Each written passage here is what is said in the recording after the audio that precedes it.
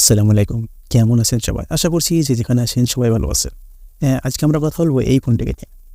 এটি একটি rock phone, যা ফোনটিকে আপনি আছাড় মারুন, ছুঁড়ে ফেলুন, রাস্তায় পড়ুক বা অন্য জায়গায় পড়ুক, কোনো কিছুতেই কিন্তু ফোনটি ভাঙবে না সহজে। রক ফোন সাধারণত এরকমই হয়। আপনারা এর আগে দেখেছেন হয়তো Honor X9 Honor X9B গাড়ির তলে পড়ার পরেও ফোনটি কিন্তু ক্ষতি হয়নি কোনো কিছুই।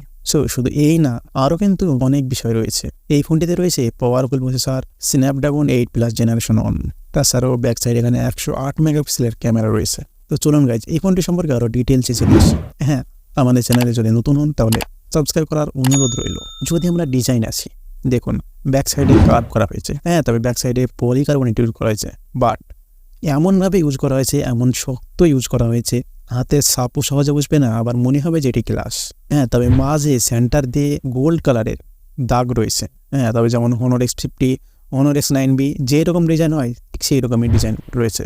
যদি ফ্রন্ট সাইড আসি তাহলে ফ্রন্ট সাইডও কার্ভই রয়েছে। ফোনটির থিকনেস রয়েছে 8 mm অ্যান্ড ওয়েট রয়েছে 192 গ্রাম। তবে ফোনটিতে হালকা পানি ছিটে ওঠার জন্য IP53 dust and splash resistant রয়েছে। গাইজ, যদি আমরা ডিসপ্লে নিয়ে কথা বলি তাহলে এখানে ইউজ করা হয়েছে 6.78 inch display, 1.5K display, 1200x2652 pixel, AMOLED display, 1 billion colours, 120 hertz refresh rate, Dolby Vision, HDR10+ support, 100% DCI P3, gamut রয়েছে, 1200 নিট ব্রাইটনেস রয়েছে, অ্যান্ড 1920 হার্জের PWM ডাইমিং রয়েছে, যা আপনাকে চোখের ক্ষতির হাত থেকেও বাঁচাবে এই ফোনটি। আমরা সুতরাং বলতে পারি যে এই ফোনটির ডিজাইন অ্যান্ড ডিসপ্লে ওভারঅল কিন্তু অনেক বেটার পেয়ে যাচ্ছেন। এই ফোনটি লঞ্চ করেছে 26,000 টাকায়। এই প্রাইজে এই ফোনটি একেবারে অসম ফোন। গাইজ, এখানে সফটওয়্যার রয়েছে অ্যান্ড্রয়েড 13, ম্যাজিক OS 7.2। প্রসেসর, এখানে প্রসেসর রয়েছে Qualcomm স্ন্যাপড্রাগনের 8+ জেনারেশন 1, যেটা 4 ন্যানোমিটারের প্রসেস রয়েছে। আর CPU এর হাই স্পিড রয়েছে 3.0 GHz Cortex-2, GPU রয়েছে Adreno 730। যদি আমরা গেমের কথা বলি তাহলে কিং অফ ফ্লোরে এই গেমটি টানা 30 মিনিট খেলার পরে 119.6 FPS থাকে, অ্যান্ড তার সঙ্গে কিন্তু ভিডিও চ্যাটও রয়েছে। তার মানে ভিডিও চ্যাট একসঙ্গে যদি চালায় তাহলে ফোনে ডবল চাপ পড়ে। তাছাড়াও ফোনটির সামনের টেম্পারেচার 34.8 ডিগ্রি সেলসিয়াস থাকে, back side temperature 36.9 degree Celsius থাকে। তাছাড়াও এখানে GPU টার্বো এক্সেস সাপোর্ট রয়েছে। যদি আমরা PUBG গেমের কথা বলি তাহলে টানা 2 ঘন্টা খেলার পরে এর FPS থাকে 88.9 FPS, মানে এখানে 90 FPS খেলতে পারবেন। তবে ব্যাটারি কনজিউম করে 5.1 ওয়াট, অ্যান্ড সামনের টেম্পারেচার 38.5 ডিগ্রি সেলসিয়াস থাকে, back side temperature 37.6 degree Celsius থাকে। তাছাড়াও হিটকে কন্ট্রোল করার জন্য ফোনটিতে লাগানো হয়েছে 51 mm VC কুলিং চেম্বার। তাছাড়াও জেনসিন ইম্প্যাক্টের যদি আমরা কথা বলি তাহলে এই গেমটিতেও 30 মিনিট খেলার পরে 59.1 FPS চলে। এখানে পাওয়ার কনজিউম করে 5.2 ওয়াট।